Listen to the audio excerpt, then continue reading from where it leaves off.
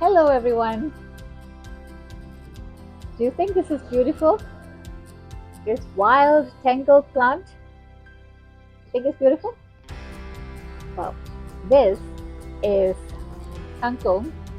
In my country, it's called kangkong, and it's also called morning glory. It's also referred to as morning glory and sometimes as water spinach. The reason it's referred to as water spinach is because it's sort of like a semi-aquatic vegetable, and it grows in areas that is close to water, or even like slightly, watery areas. And the reason this vegetable looks the way it is because I had neglected to prune the vegetable very much earlier. Or rather, I should have, when it was like about this high, I should have harvested the vegetables and taken it to cook. But today, I'd like to show you how kangkong grows when you just leave it aside, and how it spreads. When you don't prune kangkong early, this is what happens. It spreads. Kangkong is not a climbing plant. It is a spreading plant. So this is actually what happens when you let nature take its course. It spreads like this. In fact, I did read that at one point, or maybe it still is as it is today, in the United States of America, kangkong was actually illegal. Planting kangkong was illegal. Can you believe that? I mean, this is a plant that is so popular in Malaysia, and you always find it in the markets. But in the US, this is actually considered a noxious plant because it grows like wildfire. So farmers who are trying to grow different crops would actually have this growing as weeds, and it spreads. So they are not able to control the growth of the spreading of kangkong. But of course, in the countries where it's illegal, you could always buy it in Asian markets and so on. But just to let you know that this is what happens if you don't prune it early. So let me show you how I am going to harvest this vegetable today and make a dish out of it. And then I'll show you how the dish actually looks when it's cooked right from kitchen, right from the garden, and it goes to the table. Okay, so this whole plant has really, it's swirling all over the place. So it's quite difficult for me to get a nice shoot for me to show you. So this is one where, can you see that these are the nodes? This is one node, and this is another node. This is where the roots will come out. And it is also a place where if you cut it above, make a cut right above the node, very often you would get an auxiliary shoot coming out from the node. So in this case, I've got one, I've got two, and I've got three. So I'm just going to cut it right above the second node, like so. And this is what I've harvested. And I'm going to show you where auxiliary shoots will come out from this plant. So one will come out from here, and another one will come out from here, and that would make this plant stronger and also bushier. So in that case, more kangkong to harvest. So let me see if I can find another one. Okay, this is an example of how nature has taken its course. You see, this part here must have been broken off or something, I don't know.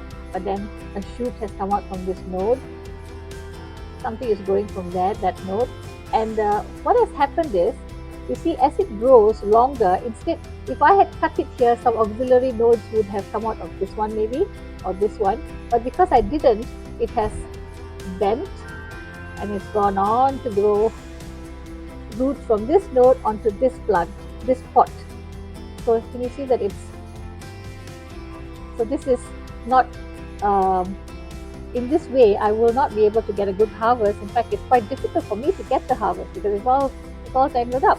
So what I'm going to do here is, since there is a node over here, I'll cut it right up here, right above the node. So hopefully there's an auxiliary shoot that comes out from here.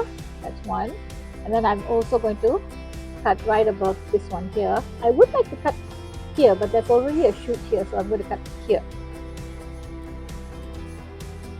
So And then I'll show you the amount that I've harvested today and see what happens to the rest, how it goes. Okay, this is an example of how when you just let it grow on its own, things like this happen. It twists and it turns, and then not enough nutrition goes to the leaves, and then the leaves will start to yellow like this. So if I had, when there were leaves here, like here, I mean, there were some leaves which I must have just taken off when they were yellow.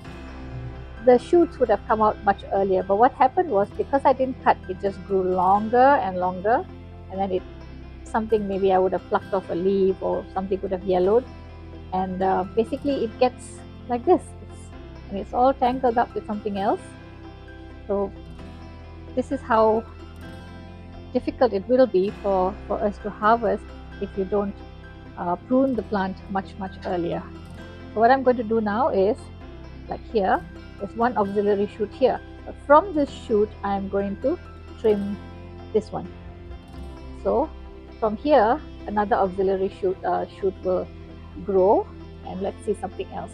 I'll show you another one so you get the idea. Over here,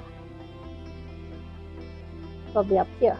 So there's one node here and another node here. I could cut over here, so two shoots come out, but it's already a little long, so I'm going to just cut it over here. Okay. So this is how the pot looks like now after I have harvested the kangkong. And once you've done that, make sure to aerate the soil a little bit, because the roots will be quite compact inside. So you need to just take a fork and break up the soil a little bit so there's some air circulation inside. And then of course add some compost or organic fertilizer, and then you let it sit and let it grow, and then you will see that this will probably be a more pushy pot of kangkong as compared to what I had earlier. So this is my tangled kangkong that I need to sort out right now before I cook it. I'll show you a dish once I've made it. There you go, fresh kangkong right from the garden.